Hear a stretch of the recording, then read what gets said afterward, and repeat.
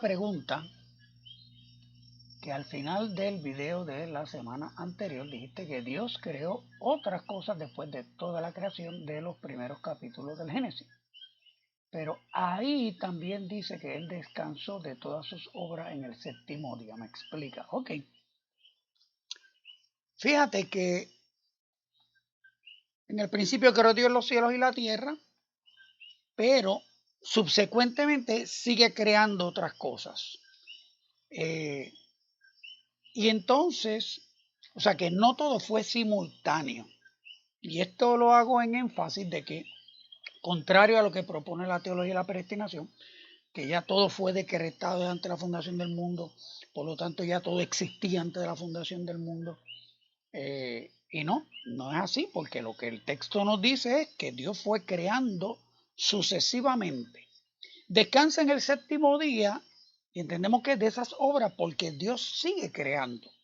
No solo vemos los milagros de creación que ocurren en la Biblia, ¿ok?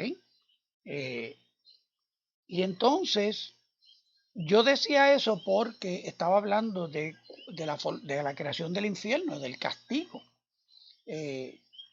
Y como Dios en un principio creó al hombre bueno, y todo era bueno en gran manera, y no entendemos, porque es que no aceptamos que Dios creó el mal. Dios no creó, no lo decretó tan siquiera.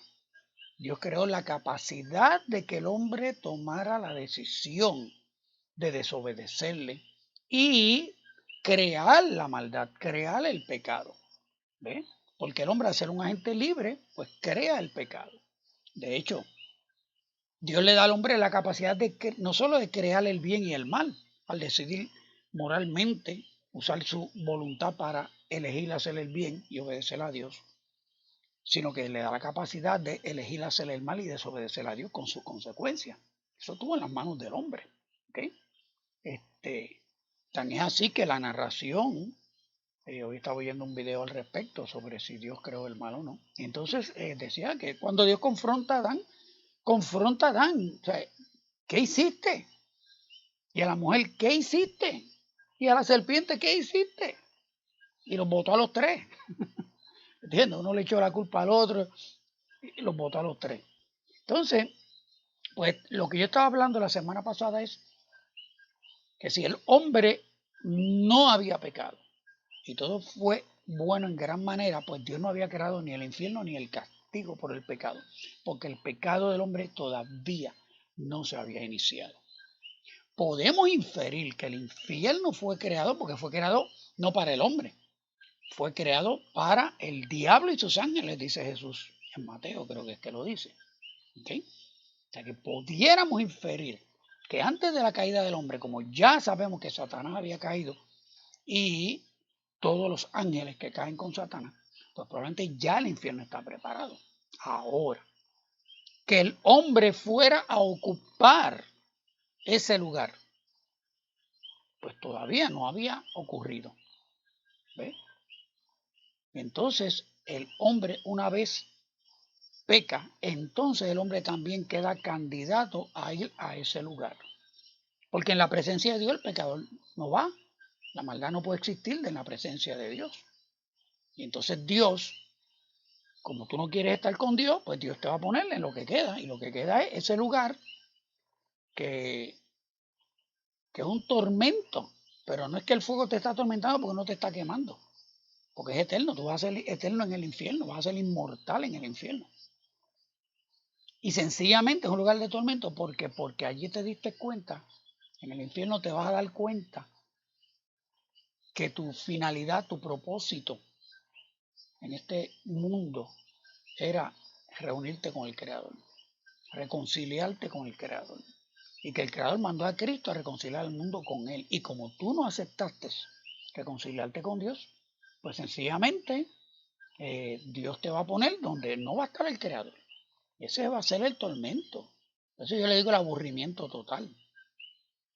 ¿Entiendes? Tú te imaginas que te toque al lado del político de tu ideología contraria al lado, por toda la eternidad, el tipo peleando contigo todavía. ¿Ok? Y la gente quejándose, todo el mundo llorando, el lloro y el crujir de dientes. ¿Por qué? porque la separación final de Dios va a doler. Eso es lo que la gente no quiere entender.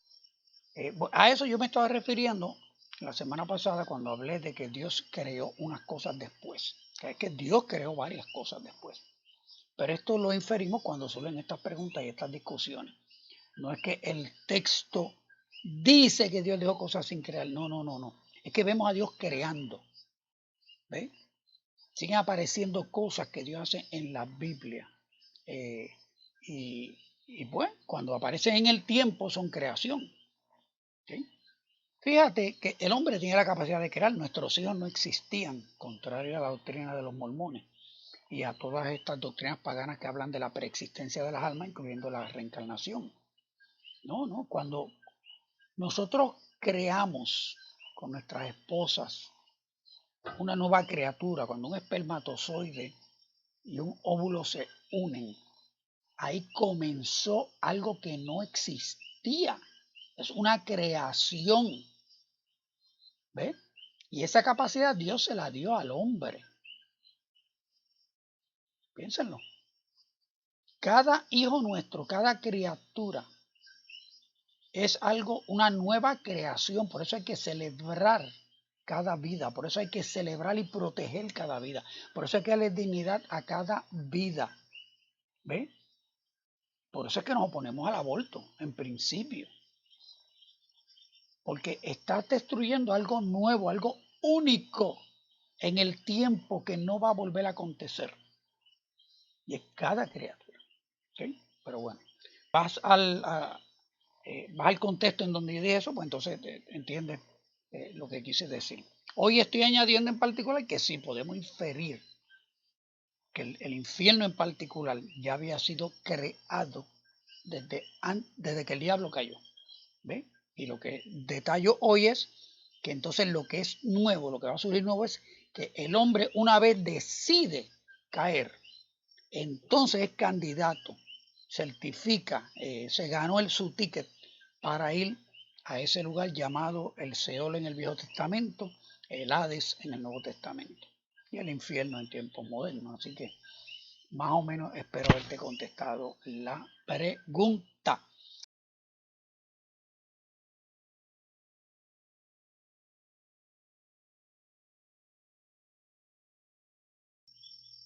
Estamos en la parte 24 y la parte 8 de Berkov. Y en la sección anterior pues terminé de cubrir la parte de definiciones y características del decreto que hace Berkov. De ahí pasa entonces a contestar algunas de las objeciones a la doctrina del decreto.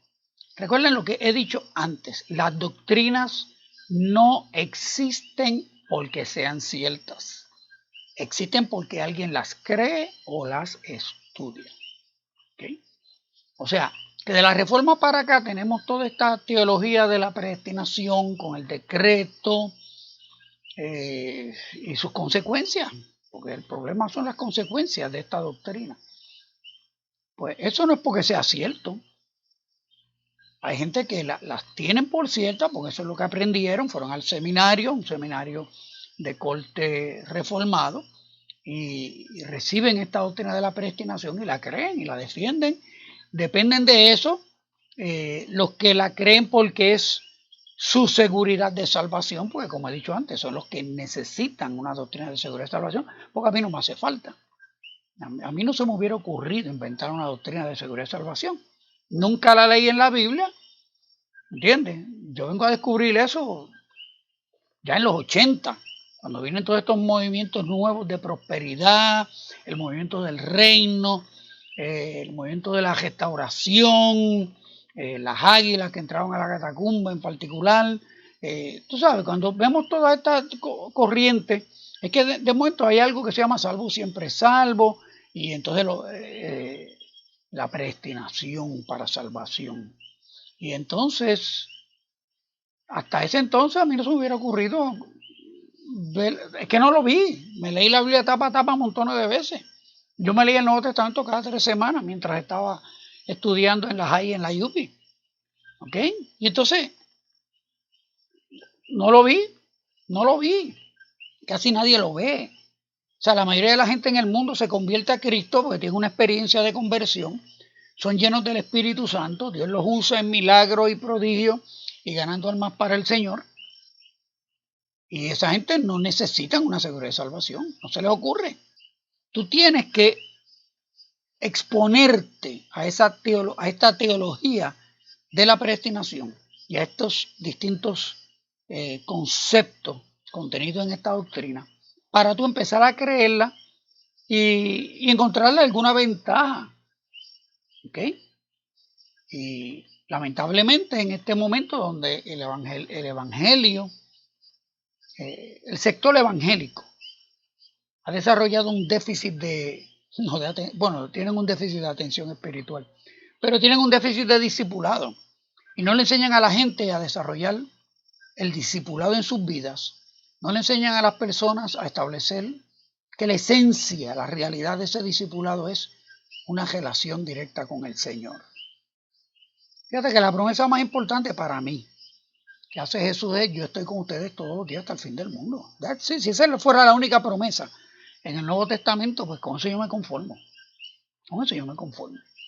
Pero el que no aprende a desarrollar una relación con el Señor, o el que empieza a complacer su carne, a pagarle las deudas a la carne, el que no sabe cómo fortalecer su espíritu y fortaleciendo su espíritu darle muerte a su carne, pues estas personas comienzan a cometer, que es lo que hemos visto ya después de más de 40 años, la gente viene y empieza a tomar decisiones en su carne y no dirigidos por el Señor.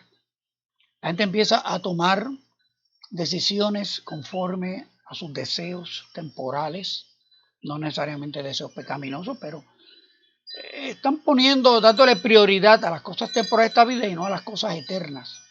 Entonces empiezan a derrotarse espiritualmente, empiezan a alejarse de las cosas del Señor, empiezan a alejarse de la comunión con el cuerpo de Cristo.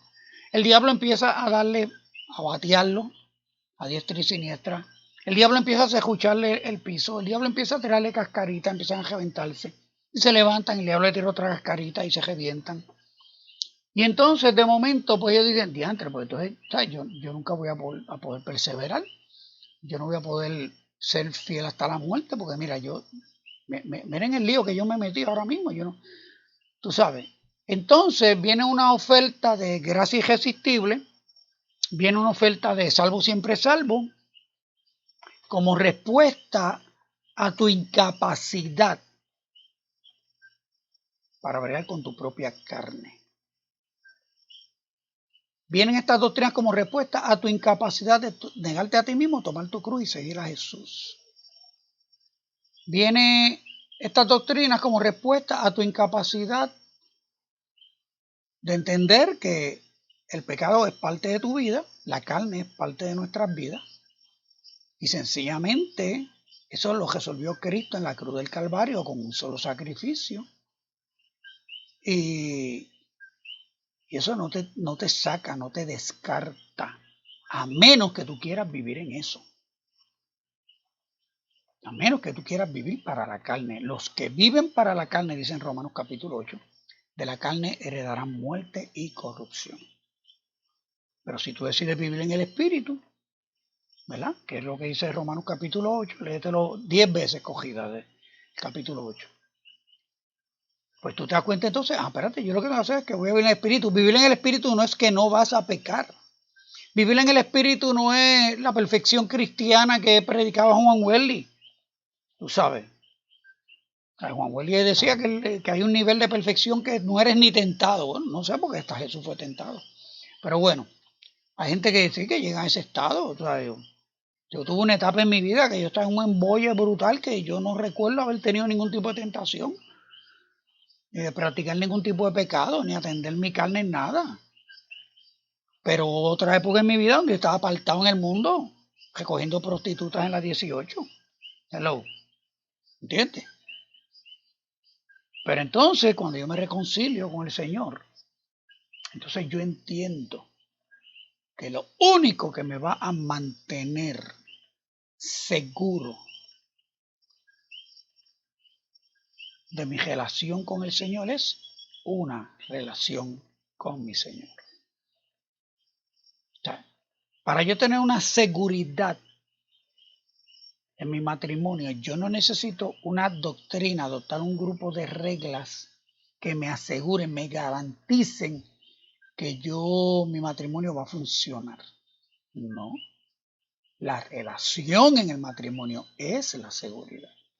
Mi esposa no tiene que estar produciendo evidencias para asegurarme que va a estar conmigo toda la vida, ni yo tengo que producirle a ella evidencia de que va a estar con ella toda la vida, o de que ella es la única mujer en mi vida y no hay otra.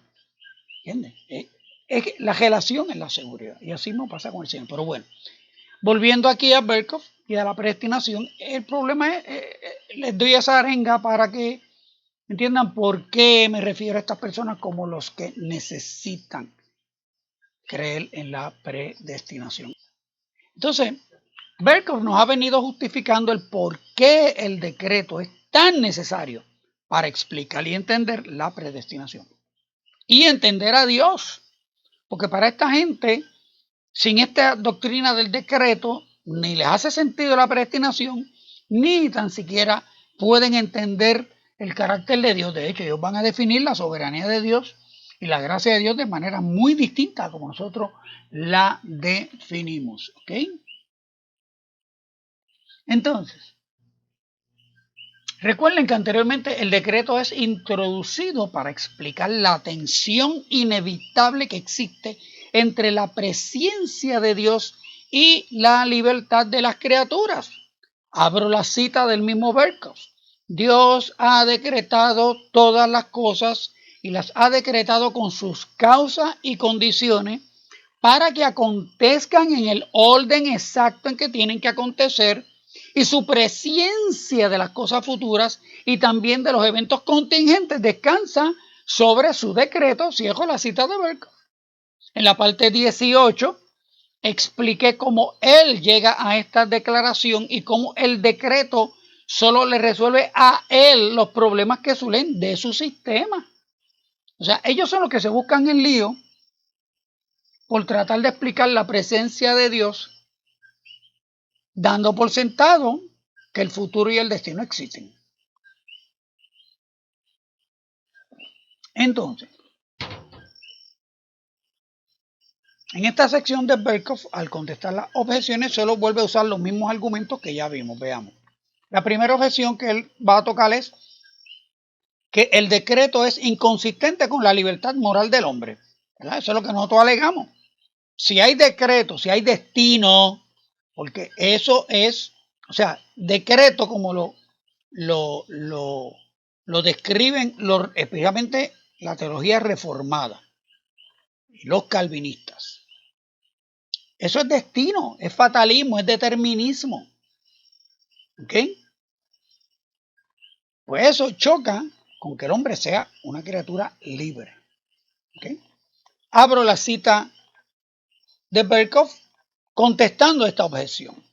El hombre es un agente libre con poder para hacer sus propias determinaciones racionales. Puede reflexionar y en forma inteligente elegir ciertos fines y también puede determinar su acción con respecto a ellos. Sin embargo, el decreto de Dios lleva inseparablemente la imposibilidad de evitarse. No puedes evitar el decreto. Dios ha decretado ejecutar todas las cosas, o si no ha decretado esas cosas, al menos ha determinado que deben acontecer. Él ha decidido para el hombre el curso de su vida.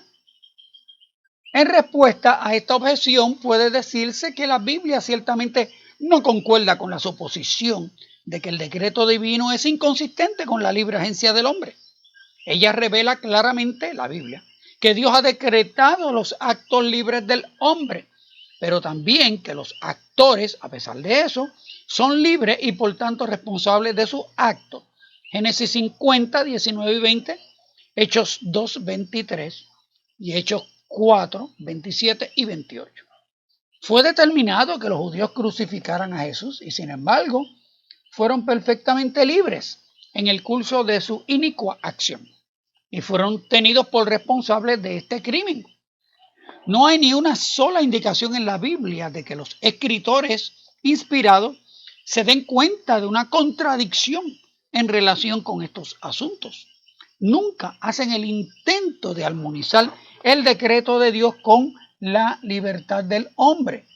Esto bien puede refrenarnos para no tomar aquí la actitud de contradicción, aun cuando no podamos reconciliar ambas verdades, cierro la cita de Berkeley. Cuando examinamos la primera y segunda oración, vemos el esfuerzo en hacernos creer que los teólogos de la predestinación creen en la libertad de los seres. ¿Qué dice la primera y segunda oración? El hombre es un agente libre con poder para hacer sus propias determinaciones racionales. Puede reflexionar y en forma inteligente elegir ciertos fines y también puede determinar su acción con respecto a ellos.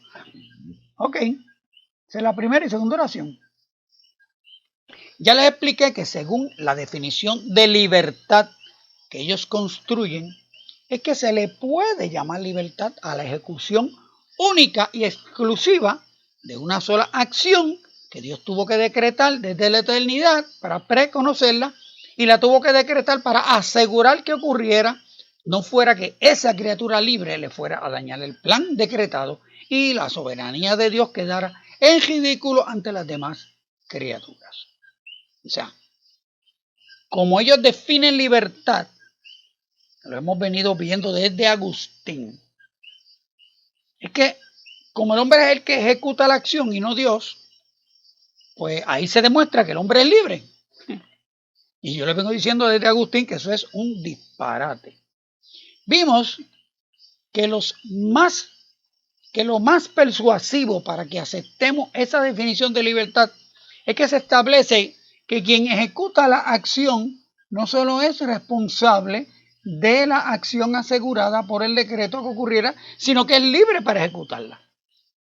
Y no importa cuánto podamos cuestionarnos ese concepto de libertad, nos da otros hechos contundentes sobre cómo las criaturas ejercen esa libertad cuando dice puede reflexionar y en forma inteligente elegir ciertos fines y también puede determinar su acción con respecto a ellos. ¿Ve? O sea, como el hombre puede escoger entre Coca-Cola y Pepsi, el hombre es libre. ¿Ve? Pero según ellos, el hombre no es libre para escoger a Dios. No es libre para responder al llamado del Evangelio, arrepentirse. El problema es, digo aquí, pero libertad queda restringida a operar dentro del radio de acción permitido por el decreto. Entiéndase, ninguno. Porque el radio de acción que el decreto no permite. No da break para que el hombre tenga libertad ninguna, porque el hombre tiene que hacer lo único que fue decretado que hiciera. Miren aquí la tercera oración de Berkhoff. Sin embargo, el decreto de Dios lleva inseparablemente la imposibilidad de evitarse. Dios ha decretado ejecutar todas las cosas, o si no ha decretado esas cosas, al menos ha determinado que deben acontecer. Él ha decidido para el hombre el curso de su vida. Cuando él dice en respuesta a esta objeción, se refiere a la descrita en el título que el decreto es inconsistente con la libertad moral del hombre. ¿Qué respuesta nos ofrece? Que la Biblia no concuerda con la suposición, lo pongo entre comillas, porque él es el que lo dice. O sea, Berkhoff dice, la Biblia no concuerda y le llama suposición de que el decreto choque con la libertad de las criaturas. Llama suposición a la idea de que el destino choque con la libertad humana. Eso es una suposición para Berkhoff. Es la conclusión lógica que se desprende de una definición de libertad, en donde libertad requiere por lo menos dos opciones para escoger, pues si solo hay una opción, no es libertad. O sea, a lo que él llama suposición, para nosotros es la consecuencia inevitable según la definición de libertad. ¿Por qué? Porque libertad por lo menos requiere dos opciones para escoger, para que ocurra la libertad. Ellos definen que Dios decretó que el hombre tiene una sola acción que hacer. Aseguró la acción que el hombre va a tomar. Pero como el hombre es quien la ejecuta, ellos dicen, esa es la libertad. Y no, eso no es libertad.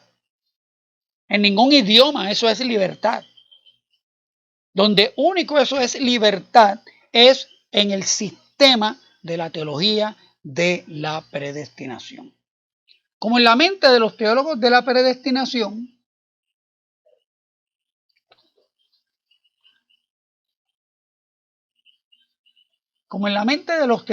predestinación, los deterministas y fatalistas, solo hay una opción, pero inevitablemente existe, se observa una conducta en los seres llamada libertad y no se puede negar, pues para que no se caiga su sistema teológico, circunscriben, redefinen esa capacidad para escoger como libertad limitada a ejecutar la única decretada y preconocida acción por Dios para que la criatura la ejecutara.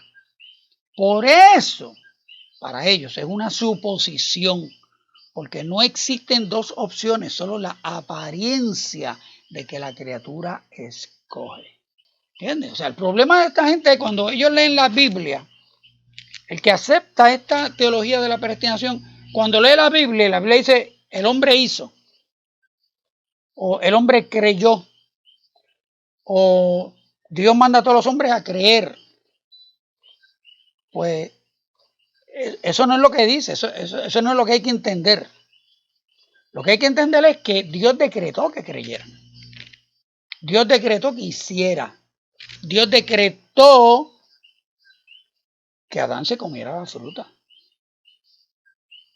O sea, Dios decretó que la serpiente engañara a Eva. Dios decretó que Eva fuera engañada. Dios decretó que Adán le hiciera caso a Eva, a la cantaleta que Eva le tenga que haber formado.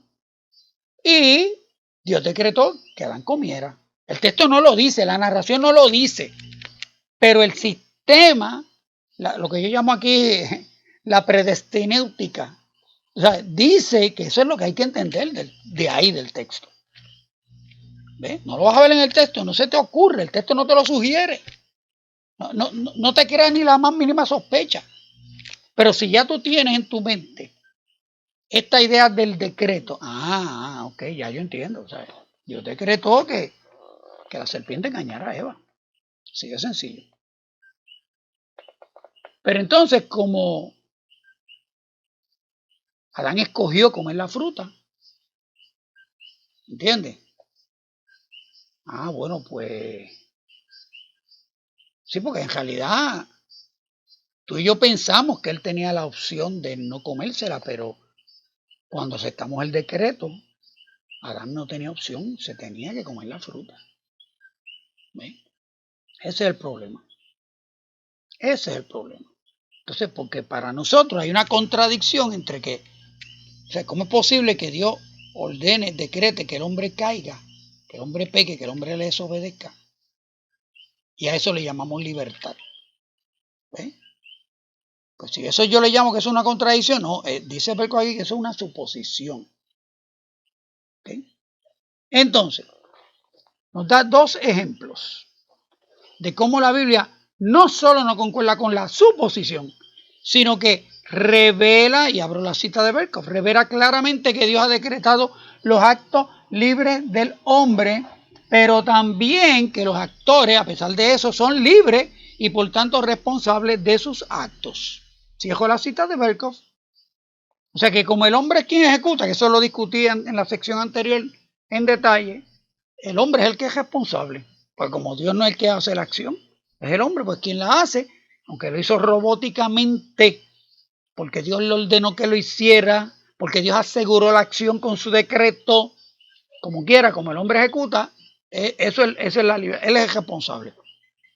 O sea que tenemos una definición de libertad y una definición de la responsabilidad muy distinta y contradictoria con lo que dice el diccionario y con el significado de ambas palabras en todos los idiomas, en todas las culturas. ¿Okay? Entonces nos da aquí los textos de Génesis 50 y de Hechos. ¿Okay? Vamos a ver si esos pasajes revelan claramente que Dios ha decretado los actos libres de los hombres. Y les respondió José, Génesis 50. No temáis, ¿acaso estoy yo en lugar de Dios? Vosotros pensasteis mal contra mí, mas Dios lo encaminó a bien para hacer lo que vemos hoy, para mantener en vida a mucho pueblo. Génesis 50, del 19 al 20. Según Berkhoff, ese pasaje revela claramente que Dios decretó los actos libres de los hombres. El problema es que el pasaje ni tan siquiera revela que Dios decretó las acciones de los hermanos de José. El pasaje dice que Dios encaminó para bien todo el daño que quisieron hacerle a José.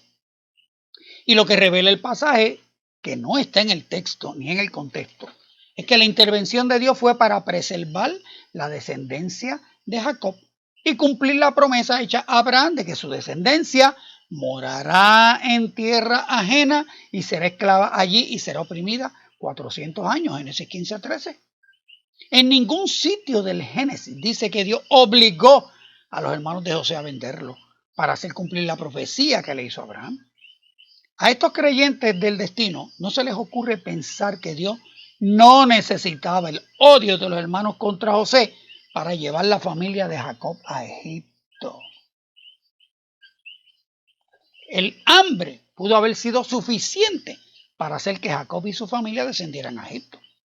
Lo más que se puede inferir del pasaje es que en su presencia Dios vio la fidelidad de José y el mal corazón de sus hermanos y decidió utilizar ese evento para cumplir su propósito, que era crear la nación de Israel.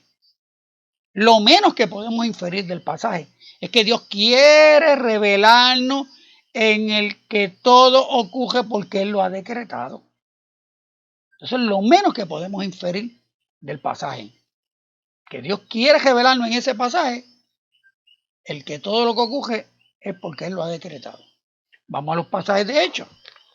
A este, entregado por el determinado consejo y anticipado conocimiento de Dios, prendisteis y matasteis por mano de inicuos, crucificándole. Están hablando de Jesús, que fue entregado por el determinado consejo y anticipado conocimiento de Dios. Vamos a Hechos 4. Porque verdaderamente se unieron en esta ciudad contra tu santo Hijo Jesús, a quien ungiste, Herodes y Poncio Pilato, con los gentiles y el pueblo de Israel, para hacer cuanto tu mano y tu consejo habían antes determinado que sucediera. Hechos 4, 27 al 28. En ninguno de los dos pasajes dice o revela que Dios decretó todos los actos libres de los hombres. Que si los decretos no son libres, pero bueno, eso es lo que dice Berkhoff. Lo primero es que no aparece la palabra decreto en ninguno de los dos pasajes. Lo segundo que dice es que Dios determinó su plan y por lo tanto es obvio que lo conocía de antemano y que los judíos iban a matar a Jesús. El pasaje no revela nada que no estaba profetizado por los profetas y Jesús. Que el pasaje responsabiliza a los judíos por su acción es claro, porque se les acusa y porque se les llama al arrepentimiento en el verso 2:38. Pero eso prueba que en el caso de que fueran predestinados a matar a Jesús, no estaban predestinados a perderse, pues si así fuera, la oferta de salvación sería ridícula, absurda e innecesaria. Al igual que en el caso de José, Dios vio y utilizó la elección que hicieron los judíos de rechazar a Jesús para cumplir su plan. Lucas 7:30. Mas los fariseos y los intérpretes de la ley desecharon los designios de Dios respecto de sí mismos, no siendo bautizados por Juan. Aquí en este pasaje los de la predestináutica no sustituyen la palabra designio por decreto. Aquí en este pasaje ellos no leen, mas los fariseos y los intérpretes de la ley desecharon los decretos de Dios respecto de sí mismos, no siendo bautizados por Jesús. Aquí ahí no aplican la palabra decreto, porque no les conviene. De hecho, raras veces ellos utilizan este pasaje. ¿Okay? Que el Dios soberano, que tiene el control de todo, estableció unos designios, unos planes para los fariseos y los intérpretes, y ellos los rechazaron. Qué mal este pasaje, qué mal Lucas escribió este pasaje. La Biblia no revela claramente que decretó las acciones de estos hombres en estos dos pasajes. Eso no lo revela la Biblia. Tú tienes que traerlo prestado de la teología de la predestinación y imponerlo, interpretar esos pasajes como que sí, mira, ahí está hablando del decreto absoluto. La Biblia revela, enseña que Dios utiliza las acciones de los hombres para cumplir sus propósitos. Y en ningún pasaje, incluyendo los pasajes sobre Judas, revelan que estaban predestinados a perderse. El arrepentimiento está ofrecido en ambos pasajes. Los hermanos de José estaban conscientes de sus actos y su justo castigo, y los fariseos también. Viendo a los hermanos de José que su padre era muerto, dijeron, quizás nos aborrecerá José y nos dará el pago de todo el mal que le hicimos. Génesis 50:15. En hecho, al oír esto se compungieron de corazón y dijeron a Pedro y a los otros apóstoles, varones hermanos, ¿qué haremos? Hechos 2:37. Así que los pasajes no revelan ni que Dios decretó las acciones descritas aún cuando el propósito de Dios está claramente expresado, ni revelan que estaban condenados a perderse. Esos pasajes lo único que revelan es que Dios utilizó la actitud del corazón de ellos para cumplir su propósito en ambos casos. Eso es lo que demuestran esos dos pasajes. ¿Okay? Y ninguno de los dos tiene que ver con que estaban predestinados a perderse, porque vemos el factor arrepentimiento descrito en ambos pasajes. Cuando Berkowitz dice, no hay ni una sola indicación en la Biblia de que los escritores inspirados se den cuenta de una contradicción en relación con estos asuntos. Lo dice para que demos por sentado que la Biblia enseña que todas las acciones son decretadas por Dios, y la prueba, entre comillas, es que los escritores nunca presentan la contradicción entre el decreto y la libertad de las criaturas. Esa discusión no está en la Biblia. No se dan cuenta de que los escritores no hablan de la contradicción, no porque no existe, es porque nunca fue la intención de Dios probar o revelar a las criaturas que todo está destinado. Les demostré en la parte 3 de la serie que el concepto del destino no es un concepto judío, y que en la historia rabínica se defiende el libre albedrío a tal forma que en algunos escritos hasta se cancela la soberanía de Dios. Vayan a la parte 3 que está en la página.com mía, pedrohrodríguez.com. Tampoco se dan cuenta de un principio de interpretación, y es que cuando en la Biblia algo no se menciona o se discute, no es porque se acepta, como es el caso de la poligamia, el homosexualismo o el aborto. Búscate la prohibición de tener dos mujeres, dos esposas en el Nuevo Testamento. A los obispos y a los diáconos se les dice marido de una sola mujer y el gesto. No se habla del asunto. ¿Sabe por qué? Porque era obvio. El homosexualismo se condena como tal en el Nuevo Testamento. No aparece la palabra, tan siquiera la palabra aborto no aparece, no hay un caso de aborto en el Nuevo Testamento. ¿Eso quiere decir que es porque la Biblia lo acepta? No, o es irrelevante a lo que se discute, o es obvio a los oyentes o lectores. De la misma manera, el que ningún escritor escribiera que no hay contradicción entre el decreto y el libre albedrío, no es porque lo creyeran o lo aceptaran, es o porque Dios no los inspiró a que escribieran sobre eso, o porque sencillamente no creían en eso. Y eso yo te lo puedo probar. Bueno, si vas a la parte 3, allí se discute el asunto. ¿Ok? Jugar con las definiciones y los conceptos es parte de la predestinéutica. En este caso citan un hecho. No hay texto que diga que el decreto contradice la libertad humana. Eso es un hecho, claro, no lo hay. No lo hay. Por lo tanto, el decreto no contradice la libertad humana. Como no hay evidencia en la Biblia que contradiga lo que ellos proponen, esa es precisamente la evidencia de que la Biblia lo enseña. Luego, para rematar su argumento, dice Berkhoff, nunca hacen el intento de armonizar el decreto de Dios con la libertad del hombre. Cierro la cita de Berkhoff. Según Berkhoff, no lo hacen porque no existe la contradicción. Según la hermenéutica, no lo hacen porque las acciones narradas en la Biblia no fueron escritas para probar o demostrar o sugerir que hay tal cosa como un destino. Termina ese párrafo diciendo, esto bien puede refrenarnos para no tomar aquí la actitud de contradicción, aun cuando no podemos reconciliar ambas verdades. O sea, no tienes que ver una contradicción entre libre albedrío y decreto, no. O sea, yo sé que es difícil, tú sabes, vas a ver la contradicción, pero no veas la contradicción. O sea, el argumento es tan convincente que debe desalentarnos a seguir creyendo que hay contradicción entre el decreto y la libertad humana, a pesar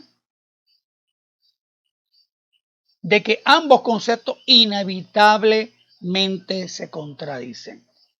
Berkhoff admite en esta última oración que son contradictorios. Ese es el problema con estas personas que necesitan la predestinación. Ellos no pueden, una vez aceptan las definiciones del sistema, no pueden aceptar que exista otro tipo de definición fuera, que es lo que cree todo el mundo fuera del sistema. Es lo que cree la mayoría de los creyentes. O sea, los escritores del Nuevo Testamento no mencionan la contradicción entre el libre albedrío y decreto de Dios, o soberanía de Dios, o providencia de Dios, como se le llamaba. Porque eso no fue un issue. No es un issue en la Biblia. No es un issue en el tiempo de Jesús. No es un issue en los primeros 3 siglos de la iglesia. Todos los padres apostólicos, todos defendieron la libertad humana y específicamente entendieron que Dios no puede ser el autor del mal y por eso ellos aceptaban el libre albedrío. O sea que no fue un issue en el tiempo de Jesús, no fue un issue en los primeros 3 siglos de la iglesia, no ha sido un issue en la iglesia ortodoxa de Oriente, la iglesia ortodoxa griega. No lo es. Por lo que ya expliqué anteriormente. Ellos nunca aceptaron a Agustín. Hubo un concilio, se me olvidó el nombre ahora, de la iglesia ortodoxa donde ellos rechazan la reforma. O sea, no es que rechazaron la predestinación, rechazaron la reforma. Toda la teología de la reforma, la iglesia ortodoxa rompió. Por eso es que existe esa iglesia allá. Y lo segundo es que ellos siempre estudiaron la Biblia en griego. Ellos nunca se tomaron la molestia, nunca el glamour de estudiar la Biblia en latín, jamás le dio esa piquiña a la iglesia oriental. Y por eso ellos no tienen el issue de la predestinación o el choque entre el decreto y la libertad. No, ellos no tienen esa discusión. ¿Ok? Luego prosigue a repasar las definiciones anteriores para que recordemos cómo reconciliar algo inevitablemente contradictorio. El que Dios asegura, pero no ejecuta la acción, es prueba de que el hombre retiene su libertad. Ese es el concepto que vimos en las definiciones anteriores y aquí en esta sección él vuelve y lo repasa. El que Dios asegura, pero no ejecuta la acción que asegura, es prueba de que el hombre retiene su libertad.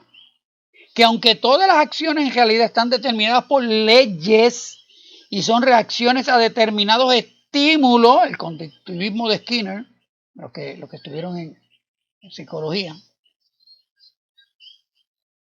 sabemos lo que una persona va a hacer, por lo tanto esa libertad de decisión es aparente, dice Berkhoff. ¿Ve? Primero te dicen, el hombre sigue siendo libre para ejecutar la acción que Dios decretó y aseguró que ocurriera.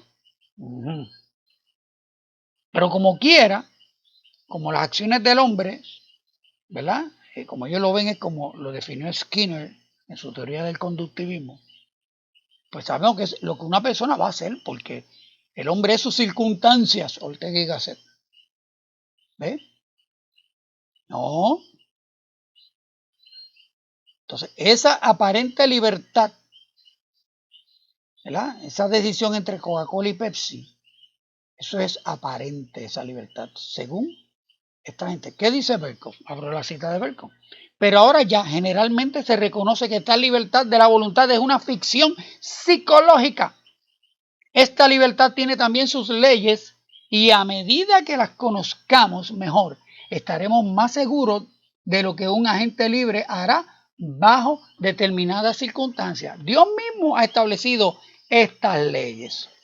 O sea, Dios creó el marco, la coacción para que el hombre actúe de la manera que tiene que actuar. Cierro la cita de Berkov, ahora va la cita mía. Y claro, como nuestras mentes finitas se van a extraviar encontrando contradicciones, nos advierte, dice Berkov, naturalmente debemos cuidarnos de que nuestros conceptos acerca de la libertad en el sentido de una propia determinación racional influyen conceptos deterministas, materialistas, panteístas y racionalistas. Cierro la cita de Berkov. En otras palabras, lo que dice Berkov, adopta nuestra definición de libertad y de decreto. No sea que vayas a confundir nuestra teología con determinismo, materialismo, panteísmo, racionalismo o peor, gnosticismo. Todo parecido entre los conceptos de decreto y libertad, con algunos de los conceptos en esas corrientes de pensamiento son meras coincidencias o productos de la distorsión de tu mente finita. Esa es la conclusión que Berkov quiere que tú llegues. ¿Ok? De ahí, entonces, Berkov nos pasa a otro repaso sobre la definición de presciencia y la importancia del decreto en entender la misma. Abro la cita de Berkov. Por su presciencia, Dios conoce desde toda la eternidad la realidad futura de todos los acontecimientos. Está basada en su preordenación, por medio de la cual Él determina la seguridad futura de esos eventos. Dejo la cita. Bueno, eso es destino, pero bueno. Esta es su definición de presciencia.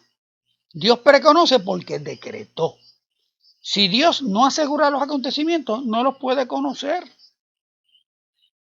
Abro la cita de Berkov. El arminiano, de consiguiente, dirá que él no cree en una presciencia basada sobre un decreto que hace que las cosas resulten seguras, sino en una presciencia de hechos y acontecimientos que actúan contingentemente a lo loco sobre la libre voluntad del hombre y por lo tanto indeterminados. Ahora, semejante presciencia de las libres acciones del hombre puede ser posible si el hombre, aún en su libertad, actúa en armonía con leyes divinamente establecidas que una vez más introducen el elemento de seguridad.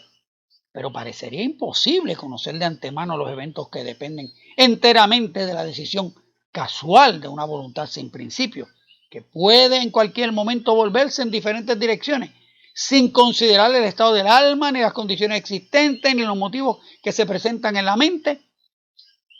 Semejantes eventos solamente podrían conocerse de antemano como meras posibilidades. Cierro la cita de Berkov. Aquí él menciona a los arminianos, aunque yo no soy arminiano porque los arminianos eran calvinistas. ¿Ok? O sea, apúntalo por ahí. Los arminianos eran calvinistas. O sea, no han querido dividir. No, esto es, tú sabes, calvinismo y arminianismo. No, yo no soy arminiano. Para mí Arminio fue un chapucero. Pero sobre todas las cosas, Arminio era calvinista. ¿Ok? Toda esta gente que parten de la premisa de que hay un futuro, de que existe el futuro y existe el destino. Toda esa gente son calvinistas, todos están en el mismo barco, todos padecen de lo mismo, todos van a llegar a las mismas conclusiones. Por eso yo no empecé esta serie hablando de la soberanía de Dios, por ejemplo. Yo empecé a definir qué es el destino, qué es el futuro, qué es la libertad, qué es la gracia. ¿Ok? Por eso fue que yo empecé. Porque si tú no haces esas definiciones, no estableces ese fundamento, termina en la misma discusión de Arminio y Calvino. ¿Ok? Pero ¿por qué yo te digo que Arminio era calvinista? Porque él cree en la predestinación. ¿Y por qué yo creo que es calvinista? Porque no lo ahorcaron. Porque Servet creía distinto a Calvino sobre la Trinidad y lo ahorcaron.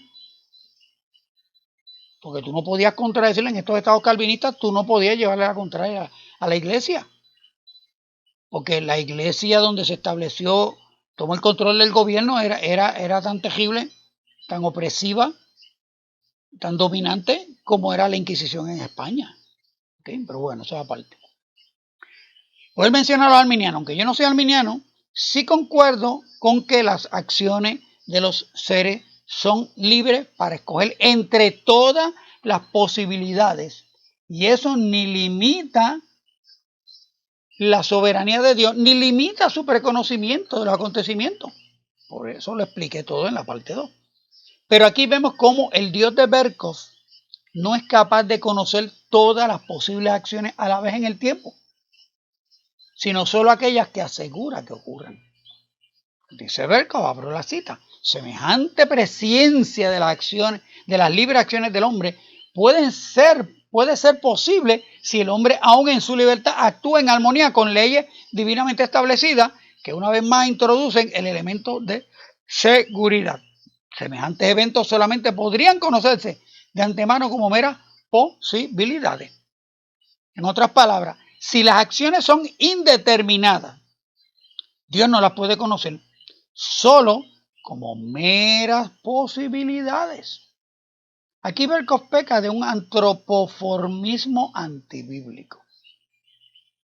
Como Berkov es incapaz de preconocer qué acción ejecutaría una criatura libre que no se le ha prefijado la acción, y solo le sería posible por un proceso de eliminación. Las que serían posibles, pues de la misma manera como único Dios puede preconocer qué acción va a hacer una criatura, es asegurando que ocurra, y si no se asegura, solo pueden ser conocidas como meras posibilidades. El Dios de Berkov es bien limitado. Yo vengo diciendo que como el futuro y el destino no existen, y mucho menos que el devenir del universo ha sido decretado, solo existe en la mente de Dios todas las posibles acciones de todas las posibles criaturas que puedan existir, entrar en el tiempo, sin que Dios necesite crearlas o asegurarlas para conocerlas. Esa es mi definición de omnisciencia y se la compartí al principio, la parte 2 y parte 3. ¿Okay? Cuando yo les digo que en la mente de Dios existen, es porque es la información. La información está en la mente de Dios eternamente. Todas las posibilidades de todas las acciones de todas las criaturas que puedan aparecer en el tiempo. Las que aparecen y las que no aparecen. Dios ve todo eso.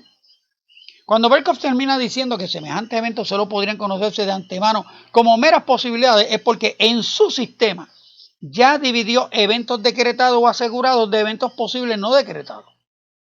Fuera de su sistema, en el mío, por ejemplo, todos los eventos son meras posibilidades.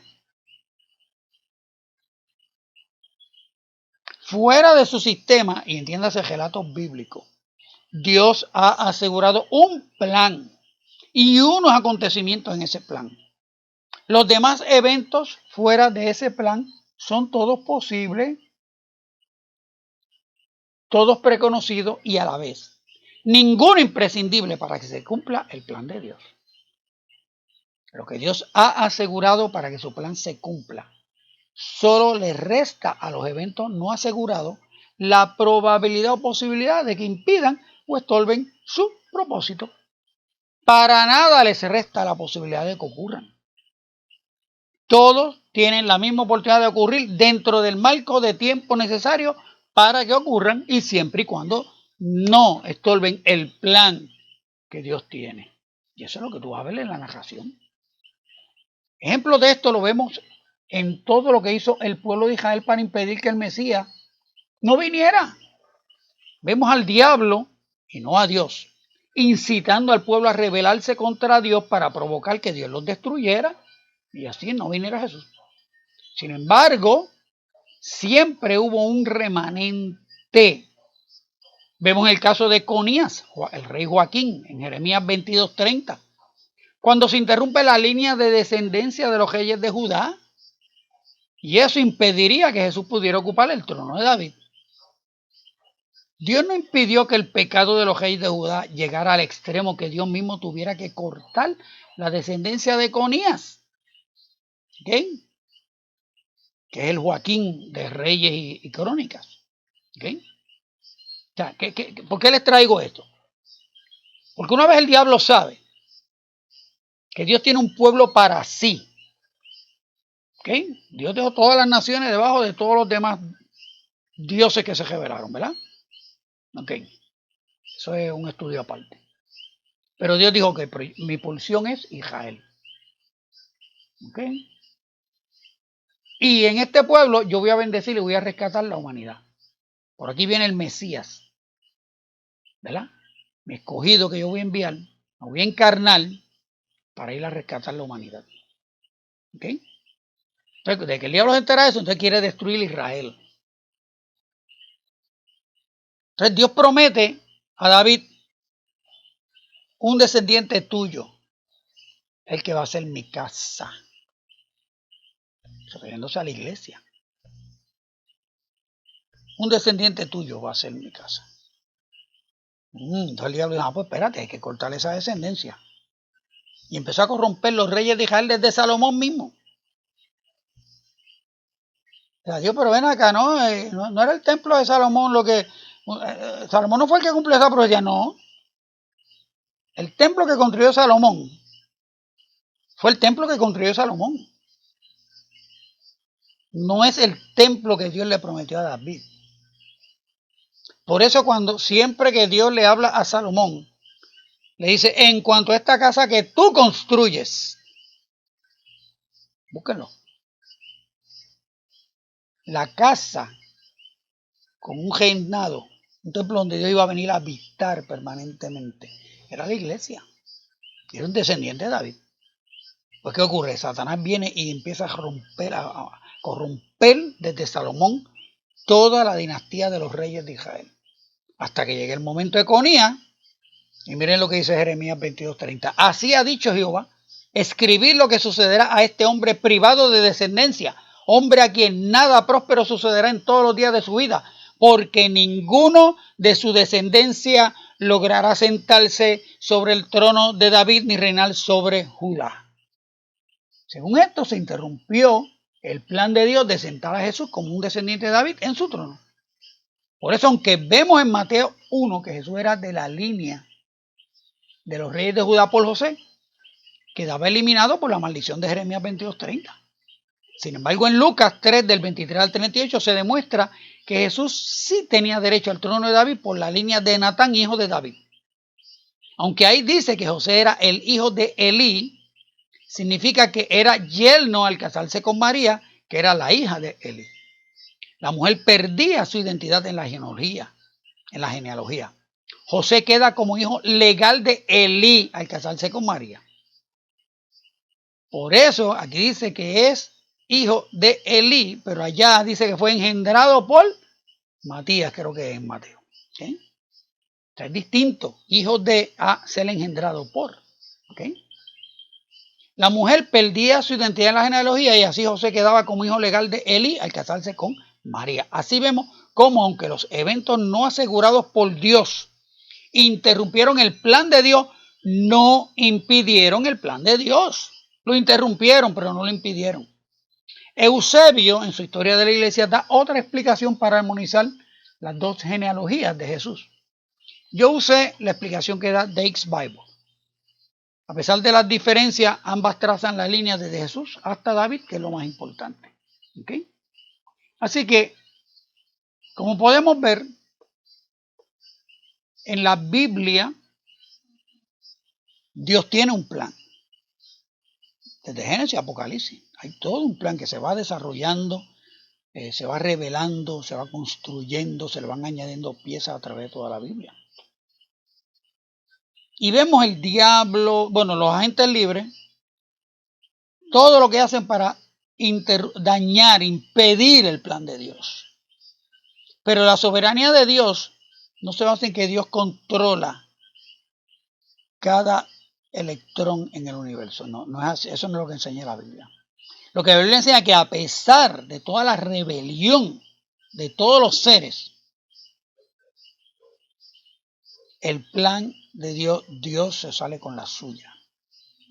Y Dios cumple su plan. Y de la misma manera que quedó siempre un remanente en Israel, también hay un remanente en la iglesia, generación tras generación. Generación tras generación. Manada pequeña, dice Jesús.